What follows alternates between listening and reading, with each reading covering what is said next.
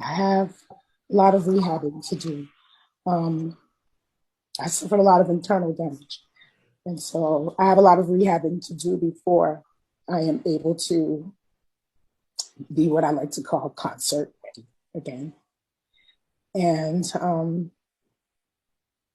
following the year I've had losing so many people, I had just lost my grandmother before I was diagnosed. And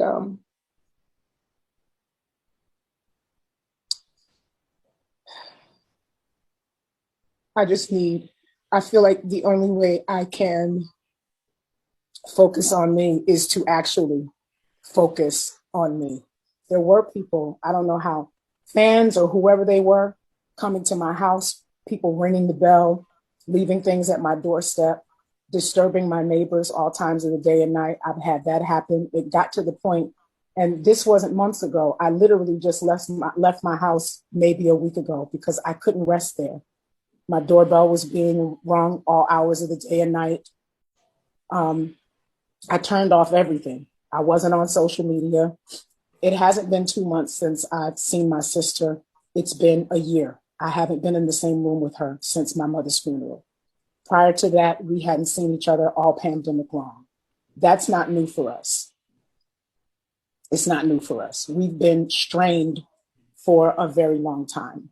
I was never missing. I was never missing. I was in my home. I was being seen by doctors. First and foremost, with two people in the house with COVID, we both had COVID. There was no visiting.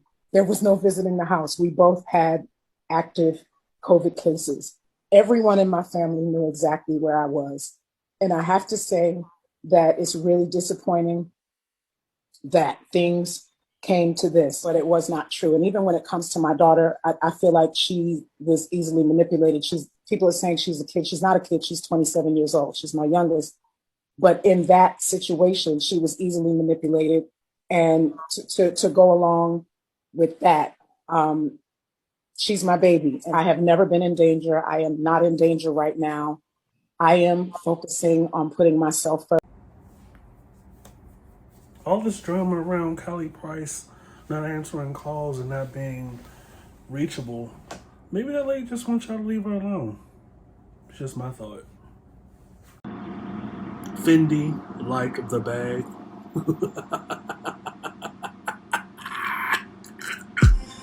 This is the I Refuse podcast.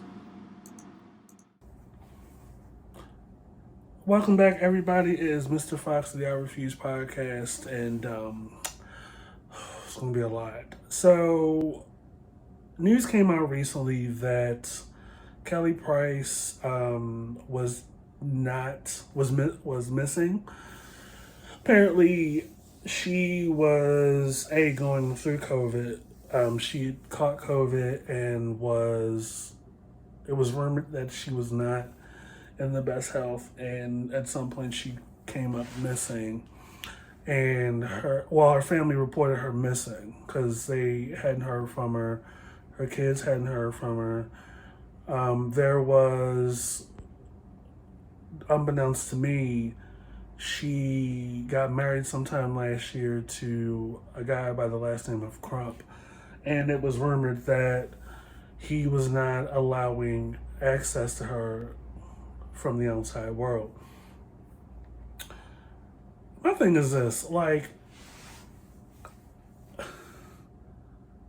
Kelly Price is a grown woman, right? And it's, I try not to like jump to conclusions, or I thought at first, I was like, this doesn't look too well, because it came out of nowhere, and we were fresh off the heels of AJ Johnson passing away, and the hospital taking 2 weeks to identify him.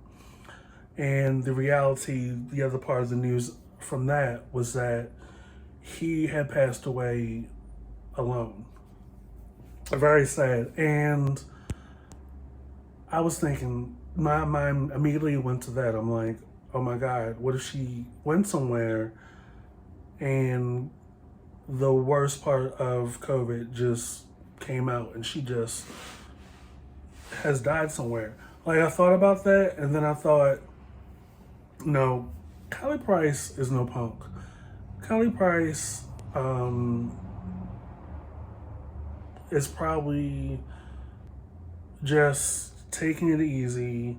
Thank God, she persevered through COVID, and only like another day or so went by before response videos came out where she just confirmed that she is fine, she is COVID free, she is okay, she is healthy. And it just got me to thinking sometimes. I'm like, when the sister was interviewed over the phone by, I guess it was a radio station or a blogger, and she sounded so determined to get in contact with her sister, find her sister. And then I thought, when the news came out that she was married to this guy, and there were talks that he had a checkered past, and he was in the process of allegedly stalking another woman, I thought, oh, this don't look too good. Like, this very much sounds like Fatal Attraction, BET Presents, First 48, Lifetime movie realness. Because never heard of this Crump guy prior to, yesterday. And, as far as I know, to my knowledge, Kelly is divorced from Jeffrey Sr., a guy she had been with since high school, right? And I thought, surely her kids, Jeffrey Jr. and Johnnia, are close by, are like the first to figure stuff out. Because kids know, kids are like, something isn't right, we need to find her. But there was no news that came out implying that they too were, because normally if a parent's in trouble, the kids will be the first to speak. The kids will be the first to be like, yeah, mommy or daddy just are not where they say they were. Like, it's just very odd to me. And my next thought was, Kelly is a huge name. And I know with some celebrities, some black celebrities, when they're the name in the family, they tend to be the one that takes care of everybody. Think of Whitney Houston. Think of, I'm just theorizing, Mary J. Blige. Like, as kids, when we're growing up in the hood, and we go off to make it in a huge way, there's always that family member that's like, don't forget where you came from, right? Which is code for, you paying for everything all up and through here now that you done made it. Look at what's life got to do with it, right? Now, I'm pretty sure that part was strictly for the movie. But, we're always under some kind of unspoken expectation to take care of our parents, which I would do. But also, there are people that come around, cousins that you never met, cousins that come around, aunts, great uncles, they're like, hey, remember me when you were small? No. Can you give me $60? I pay you back. I'm good for it. Oh, this is real nice. They come and visit you at your $1 million home out of nowhere, talk about, I'm your cousin on your great Aunt Ruthie's side, and this here is my wife, and these are my children. Just come up in the cul-de-sac, luggage in hand. Turns out to be just, oh, it's a holiday visit. We'll just stay through Christmas. 6 months later, they done funked up the whole house. Just saying. But I thought to myself, well, maybe she just doesn't want to be bothered. Like, a lot of us want to recover R&R, what have you, by our damn selves and our significant other, you know? But it's interesting to me that as soon as the story came out, it disappeared. At no point did the sister like insinuate or imply that the husband had anything to do with it. But it's interesting that this other thing comes out about her husband. Checkered past, allegedly stalking a woman at the current moment. I don't know. But when I first got the news that Kelly Price is missing, I was like, look, I will yell at you all of Twitter, Black Twitter, like Kelly Price, for y'all asses to find Kelly Price. Now, granted, she may not be everybody's favorite person personally, but she has blessed me with some hits and some bops for the past 15, 20 years. And the voice, I mean, the woman has thunder in her voice. And it's like, kind of piggybacking off of what Funky said in his previous video about, you know, who was going to be the next female black superstar. You know, we're getting up there in age. You know, a lot of the greats have passed away. You know, James Brown, Aretha Franklin, Prince, Whitney, Michael Jackson. That doesn't really leave too much behind as far as what we have now and who are the last of the greats. I mean, there are very few black greats, right? So we don't have too many great vocalists left. No, Kelly Price is a great vocalist. Now, granted, her fame and her career didn't come to be as big as like Mariah's, who, you know, Kelly Price got her start as a backup singer. Her and I believe the sister that called the radio station were backup singers for Mariah during her unplugged era, in her emotions era. You know, back when she was having, you know, the big black girls singing in the background.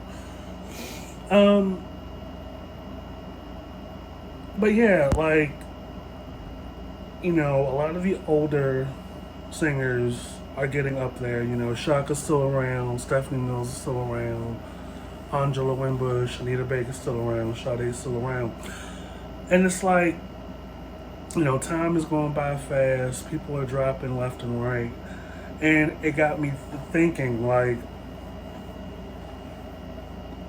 her missing when that came out was just like, this is not good. Like, we need to check on everybody else. Because this COVID thing is wiping a lot of people out. And it's gotten to a point now to where anytime a celebrity dies, our first thought is, oh, that must be it. No, Mario Van Peebles had passed away.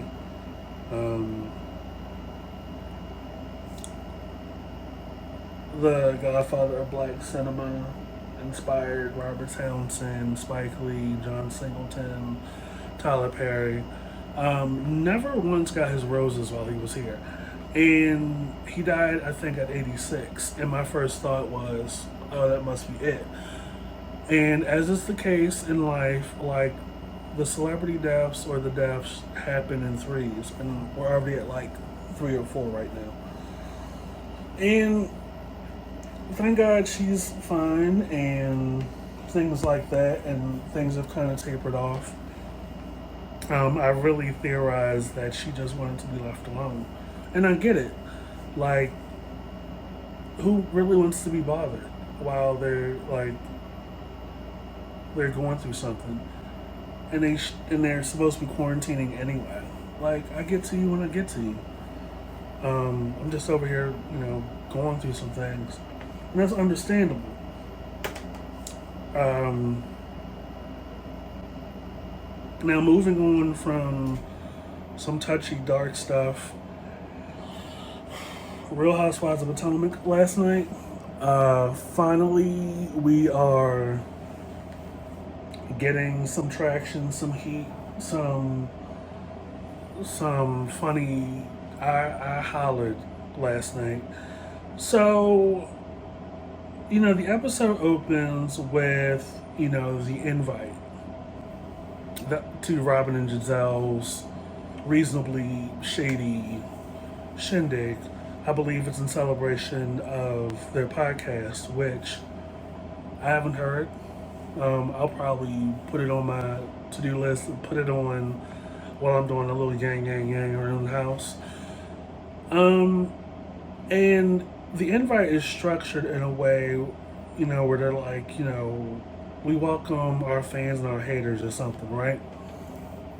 So by this point in the season, we're coming off of the heels of Candace's music video storyline, which, by the way, her album did come out last Friday. I marked it as a favorite, but I haven't listened to it yet. I'm not all the way on the Candace train. Like, I haven't really been on it for the past two seasons. Hating on this. Robin and I talked about it, and we're good to go. But the last episode prior to last night's was all about the music video in the parking lot, and it was a shade fest galore, kicked off by Miss Dorothy, and the shade circulating between Mia, Robin, Candace, Wendy, and Karen. So, of course, as is the case with any reality housewives show, after some event, there's like a setup in between just to kind of keep things going. Now they had that all white thing where they had the crowns and everything, I guess, as a means to finally put to bed this tired Karen and Giselle cycle thing that happens every fucking season. Now that everybody's caught the shade, they did the Williamsburg thing, which didn't go too well. And by this point, it's very clear a few things. Mia still gets in Candace's bones, like she irritates her under her skin. Mia gets to Robin and Giselle. Wendy still irritates the hell out of Robin. Robin continues to jump in front of Giselle and catch strays for her, and just can't handle it. And the back and forth on this side is entertaining for Karen and Ashley, who are always on this side. God bless Ashley. She's been nursing most of the season, just had the baby and everything. Thank God, like she is always on time, and she is just eating it up, either eating a chip or coming back from the bathroom or going to the kitchen to get her breast milk and bounce, or she's just on the sidelines. And I know at some point Candace will try to get on Ashley again. Like, that's always an ongoing backseat kind of thing in the season. So Robin and Giselle, while Giselle's house is still being worked on, her Built-A-Bear house, have the shindig in her driveway while the house is being worked on, while the contractors are still there, while there is ditches and exposed dirt and dust everywhere. And they set it up under a tent in her driveway. And Robin's employee at Escala, thank you. Whew. Still part of the fold or whatever. And, it starts off pretty decent. Of course, Giselle is the one asking the questions and kicks it off with holding grudges. Now they each have a paddle, a little paddle. On one side is the word shade, on the other side is the word reasonably, right? So the first question was, is it reasonable or shady to retain a grudge well after the person has apologized? And then things kick off. At some point, barbs are thrown after Wendy brings up, or Giselle brings up, husband and the blogs, which everybody knows at this point is directed at Wendy. And then Wendy, in a way, claps back that, the same blog that ran that story is the same blog that alleged that Jamal had an STI. Bitch, when I tell you, I slid off of this bed, my California King, so damn hard. I guess Zen Win is no more. And Dear Presidents, Wendy Osefo is coming back. They were not ready for that, the Green Eye Bandits. And of course, Robin wants to pipe up and clarify that the discussion that they had was not about you, just the dynamic. Now, mind you, Robin herself doesn't have a leg to stand on when it comes to relationships. Like, in order for you to clarify or respond or have a rebuttal about anything in or around or about somebody else's relationship, you might want to tighten up yours first. I mean, here we are more than a third of the way through the season, and there is just no iota of any kind of direction with her and Juan. Now you were just fresh off of being Wendy's target in Williamsburg, and here you go, jumping in front of Giselle, catching strays again. And the thing about it is, when Robin gets hype, first of all, her face turns red, just like a white woman. And secondly, she gets loud. And the thing about it is, like, if you're just trying to clarify, what you getting loud for? And at no point during that exchange, really at no point during the visit, did Wendy raise her voice. But here go Robin. Here go Robin. Well, you and then she throws the paddle down her lap and then sits back and makes this face. Like, Robin's black side comes out, but then that white side just cannot hang. It's like when they were at the reunion last year. I am so glad that Juan Dixon's not here right now. I am so glad. Why isn't he there? But yet again, like, Robin jumps in front and keeps things going. It's like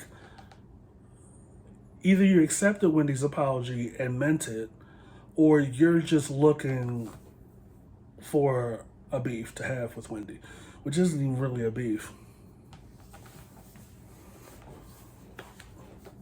But nevertheless, Wendy held her own. At some point, the game turned towards the shade that was thrown at Candace's music video while they were on set, right?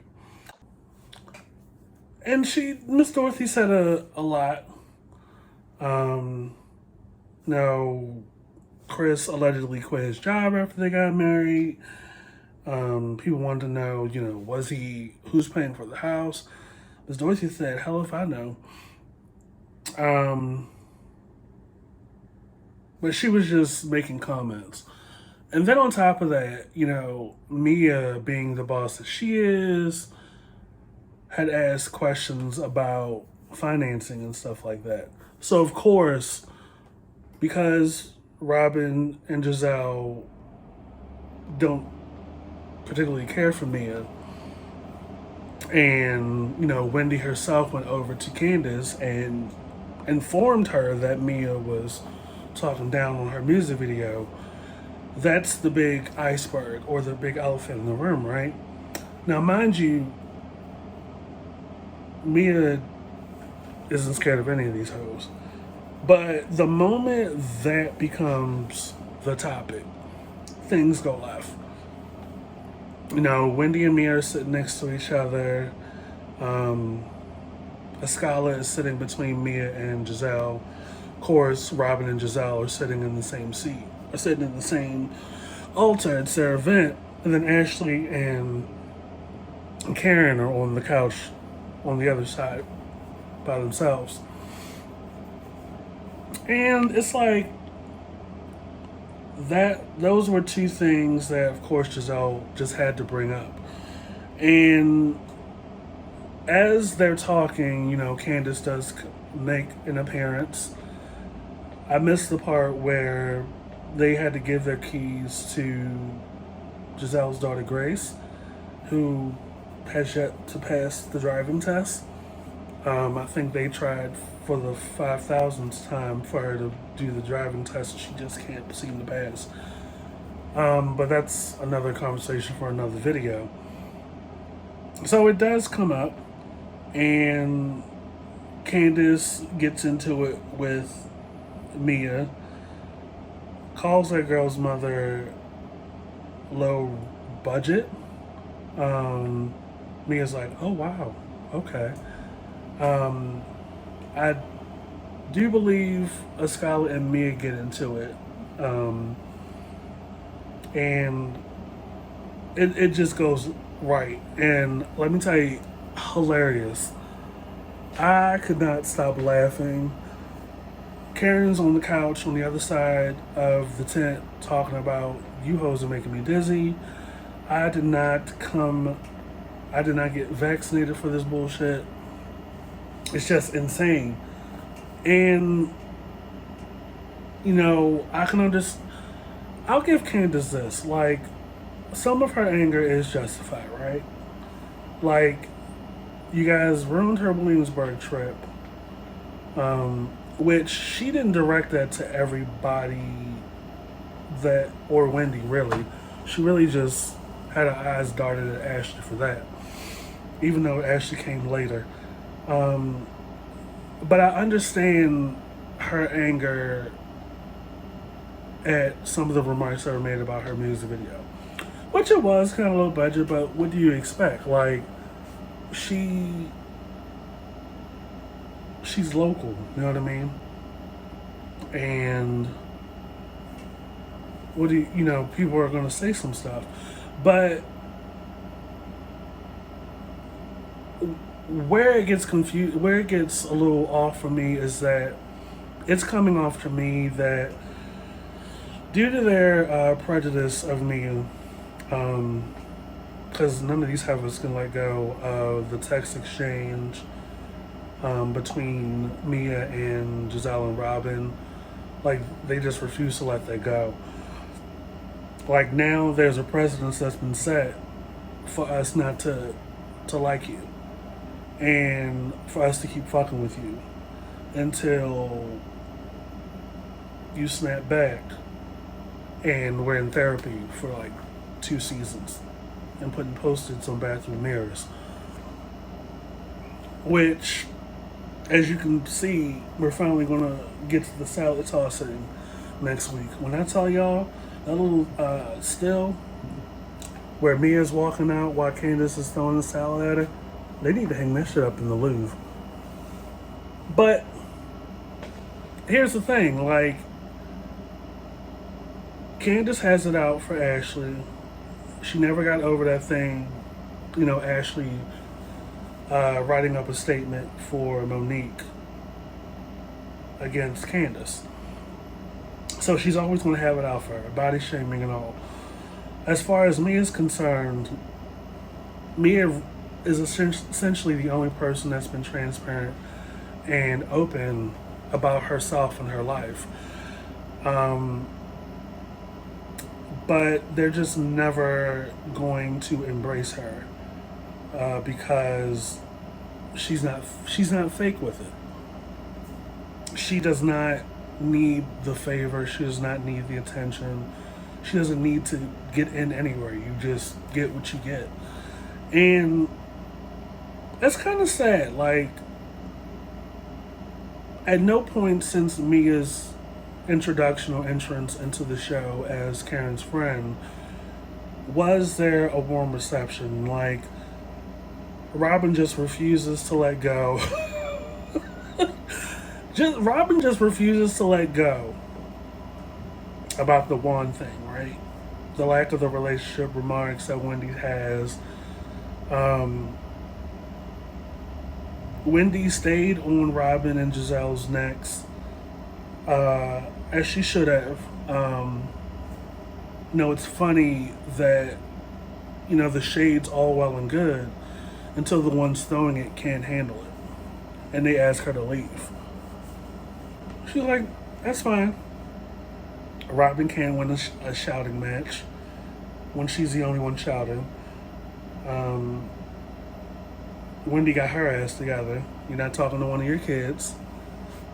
Robin retreats in her white womanism.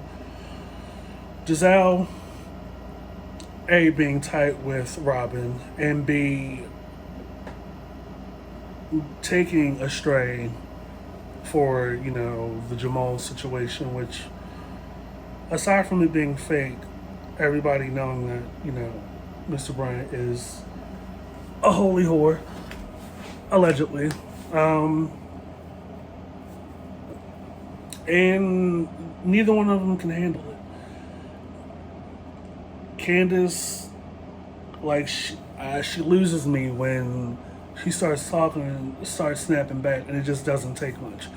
Like, girl, it is a low budget thing. And if you got the context, and if you got everything, and it wasn't even much to do about anything, really. Like, you guys in a parking lot,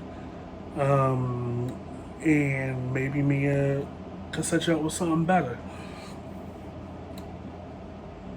She just wanted to know who was paying for this. She has no attachment or relationship to whatever issues you have with your mother paying for everything. She just wanted to know.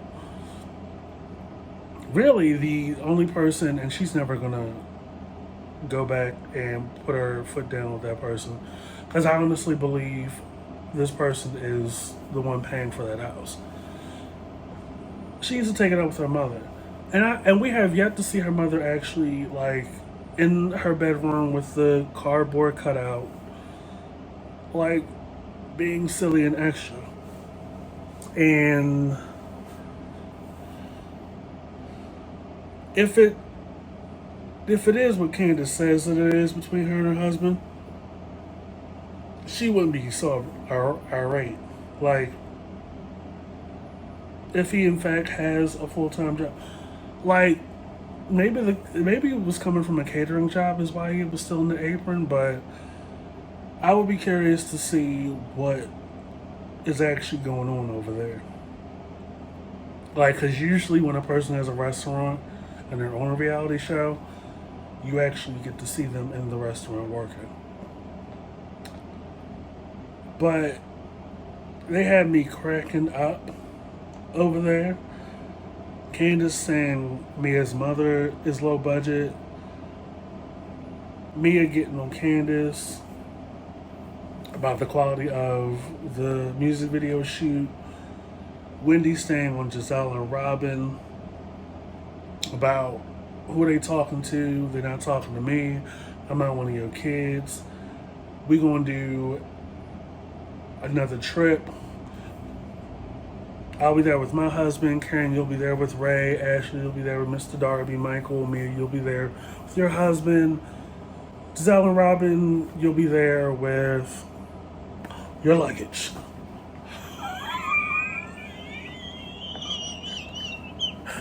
Bitch, not baggage claim. Whew. Like, everybody else will be at the house, and y'all will be at the carousel still getting your baggage off of the carousel because you ain't coming with y'all with no man. Oh my God. But two things I love so far from this season is that Robin and Giselle are bothered by Wendy, and Candace is bothered by Mia. And sometimes Wendy is kind of still bothered by Mia, but it's not to the point to where, you know, Wendy is still on that Zen Wen TikTok, just tacky cliches. And, you know, Wendy, you know,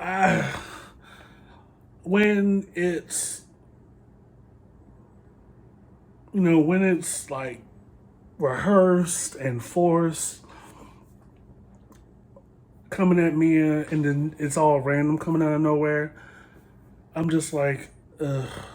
But please, stay on Robin and Giselle because Giselle has a tendency to keep this sorority hazing thing and staying in everybody else's business when it comes to relationships, but not showing anything concrete. And it's cute. Like when she's with her daughters and it's mommy daughter time. And, you know, when she was showing, you know, out with Grace with the driving and everything, that's actually cute. But yeah, like for 6 seasons, 5 or 6 seasons, nobody comes at Giselle. And it's funny, even though it's tired because it's Wendy, like you can tell she has no experience in this area. Um, it was funny to me last night the way she just kept going at the two of them to the point to where they were just like red in the face. And I love to see Candace shaking up. Like for her to go from fix my life, trying to be the voice of reason for Robin and Giselle as it pertains to Wendy, to then turn into Dr. Jekyll when Mia says something for 2 seconds, anything for 2 seconds. And as you can see for the next episode, things are going to go up a notch. And I think Mia is well in her rights to throw little digs in Candace's face because Candace makes these little digs from a place of I'm somebody and you're nobody, Mia. Even though the only income we see is from this show to Candace and Chris. But, you know, finally, Real Housewives of Potomac is ramping up a little bit. And I need this salad thing to turn into something that Candace is not ready for. And I know it's going to turn into 2 to 4 episodes, probably all the way up and through the season finale, where her ass is constantly reaching for a napkin and has a napkin under that one tired ass dry eye. going for her Cicely Tyson Career Lifetime Achievement Award, and I'm sick. And Mia is my favorite. Sorry. Now, once upon a time, it was Robin. No, yeah, once upon a time it was Robin and Giselle early on. Um, and then at some point it was Karen and Ashley. Then Monique, and now it's Mia. Really, she has every qualifier as a reality housewife. Has a career, has a husband, has a family, has a backstory, is open on camera about her struggles with her mom and her feelings about her mom and her sister and their relationship.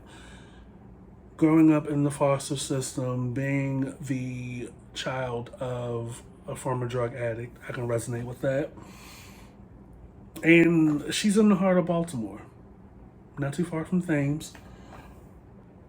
And that's something that's not she's relatable. That like everybody else in the cast doesn't have that. Yes, they're either married and have kids, but there's not enough of that in their storyline, and you don't see enough of that on camera. Uh, the rest of the women, save for Ashley and maybe Wendy, sometimes are really just there to produce some mess. That reasonably shady thing was a setup to keep things going. I ain't mad at it. I mean, it's probably second or third to Pillow Talk from Atlanta Housewives as to blowouts, but no other franchise in no other series in the franchise can beat Atlanta Housewives. Whew. Even though they're going through a dry spell the past 3 or 4 seasons, I just don't see it for any current or upcoming housewife series that can come close. Potomac is trying now, and I'm here for it. So next week will be good. I know it is. Another trip, another blow up per the script, same script. Every trip has to have a blow up of some kind that carries on 2 episodes back home, and nobody will get it. I hope y'all enjoying Candace's music. Like I said, I haven't heard it yet, but I'm still on the fence about Candace. She never necessarily follows her own advice of reason and practicality and common sense, but she is the sister circle favorite. Anytime she gets to going back and forth with one of the ladies, Giselle just manages to find some kind of dip or some kind of finger food, and she's eating it while her eyes are going back and forth. And I wish Ashley and Candace would disrespect each other in another way. It's more so Candace disrespecting Ashley.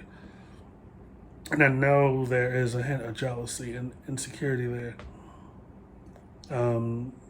Just beaming off of Candace. So, Real Housewives of Potomac finally ramping it up for me. It only took about 7 to 8 episodes, but I'm gonna leave that where it is.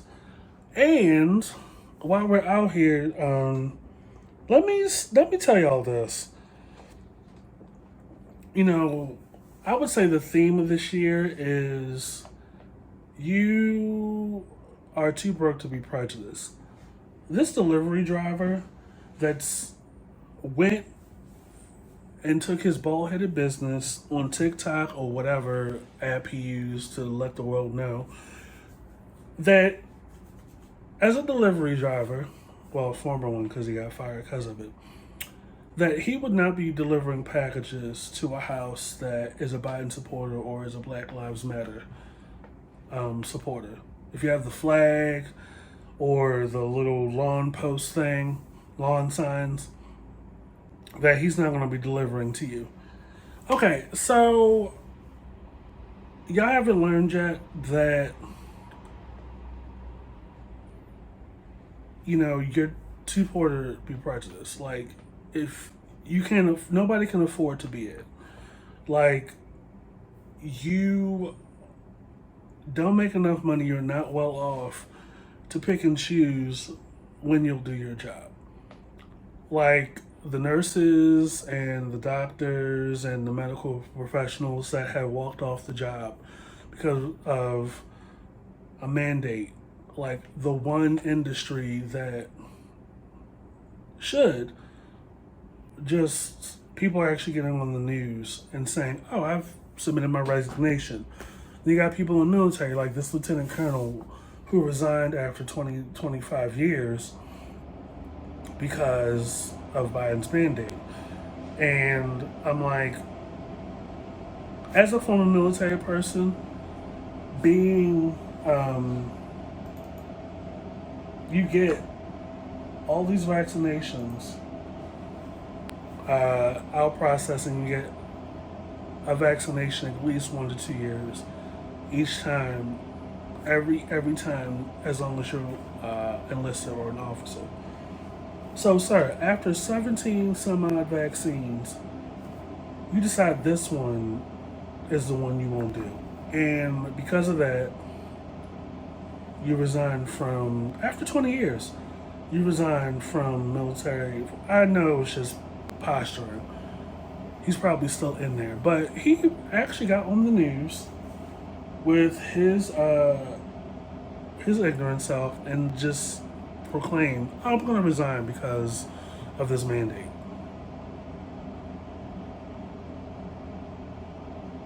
You have, after 17 some odd career vaccines or immunizations, things like that, because we have to travel to other countries, which means, that includes third country nations too.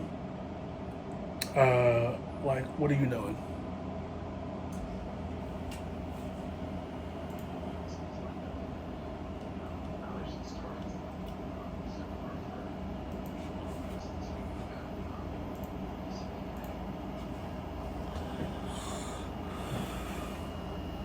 I believe when you resign, like you forfeit retirement, any benefits and earnings from the service. I don't even think you get a payout.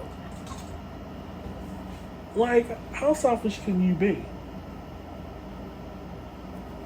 So you got all that. So this delivery driver, I guess he thought he was trying to be funny, decides to admit that he won't be delivering packages to houses that are Biden supporters or BLM supporters. And he got fired because of it. Like, it's already hard out here to get a job, but you want to make it harder for yourself to keep one.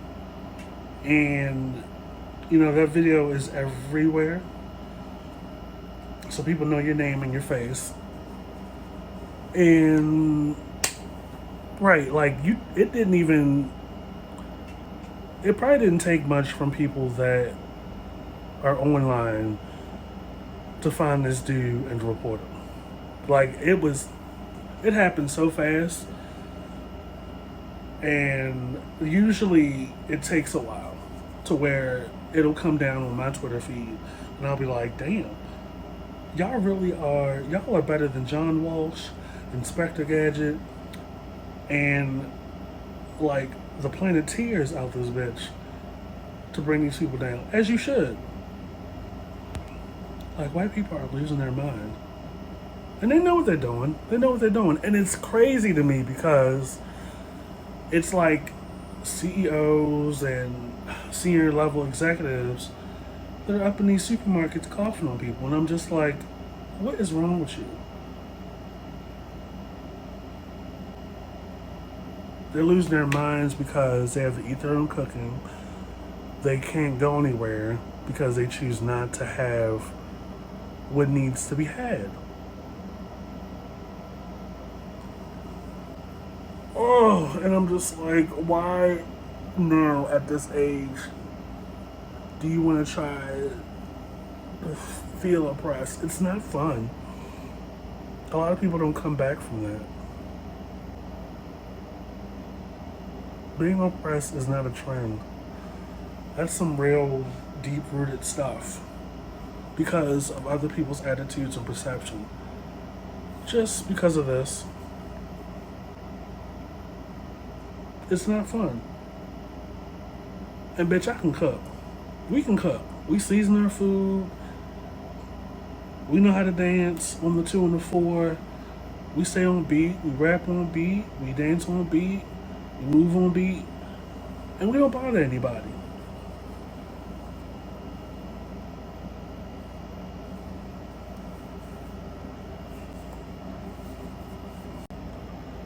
So wait a minute. Since our last story, our last video, the Fugees did start their tour off by being 3 hours late to their first show in New York City.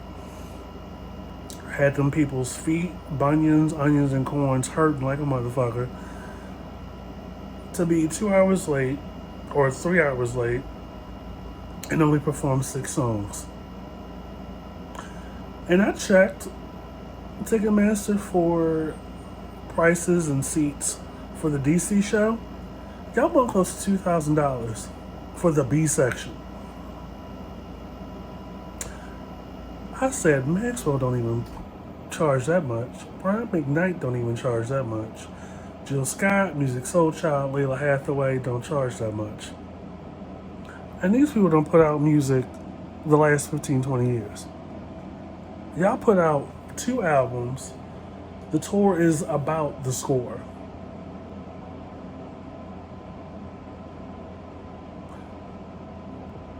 Lauren, how are you saving souls if you late to every show? I was rooting for you. We were all rooting for you. How dare you? Can't even perform songs from your album in their original arrangements. Because contracts, that's no secret. And then y'all want to be 3 hours late? And I know Prize was heated. Because that man ain't had a hit since Ghetto Superstar. And that was what, 20 some odd years ago? It still bangs, but let's be real. I don't think Wyclef needs the money because, Wyclef, in addition to production and his own solo career, is doing big things for Haiti. Even though there was some controversy a couple years ago, allegedly. But I'm willing to bet my TSP and my 401k that Lauren was the reason. But girl, y'all, all 3 of y'all, really, because I'm looping Prize and Wyclef in this because it's their name too, and they're culpable for letting this shit happen. Y'all are in y'all 40s, 50s, whatever. It's supposed to be a big occasion for the culture to celebrate, the 25-year anniversary of the score. And y'all 3 hours late to the first show? And the tour isn't even going to be that long. The tour is probably like a month and a half long. And they're not doing that many domestic. It's crazy to me. It's just so crazy to me.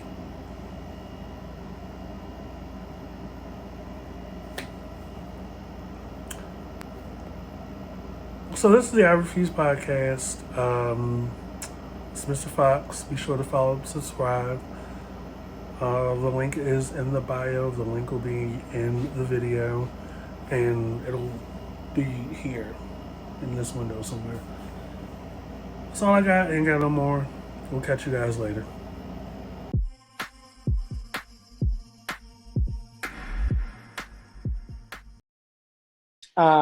They lost me. I woke up some days later, a couple of days later. And the first thing I remember is the team of doctors standing around me and asking me if I knew what year it was. Wait, when you say they lost you, can you clarify what that means? Yeah, I died. I died. And the next thing, it was some days later. I remember waking up in ICU and the doctor asking me if I remembered what year it was. I'm sorry, not what day, if I knew what year it was. Going into the hospital, I'd actually had COVID for over a week, but my conditions were progressing in the wrong direction from home. And we're jumping all the way in. So I had it. My husband did not have it. He was taking care of me at home, speaking with my primary care physician, giving me breathing treatments, giving me my medicine every 4 hours. He was in constant communication with her. And eventually he ended up testing positive within a week after I got it and just prior to me going into the hospital. She could see, she was seeing me every day on FaceTime and walking him through administering meds. And when it got to a point, my temperature had raised right to about 103 and my breathing was extremely shallow. And so he called the ambulance. And so I had to go to the hospital. I was discharged. The hospital needed beds. I was able to go home and go home with oxygen, and go home with oxygen and have home health aides come check on me throughout the week, which is what happened for a period of 4 weeks after being released from the hospital. So people were definitely seeing me. The people that could actually say something are not allowed to because of HIPAA law. But I was being seen several times a week by home health aides after being released on oxygen. And I actually just got my first clean COVID test probably exactly a week ago. So I have what is called long COVID. And I am facing a very uphill battle right now. So I'm gonna cry.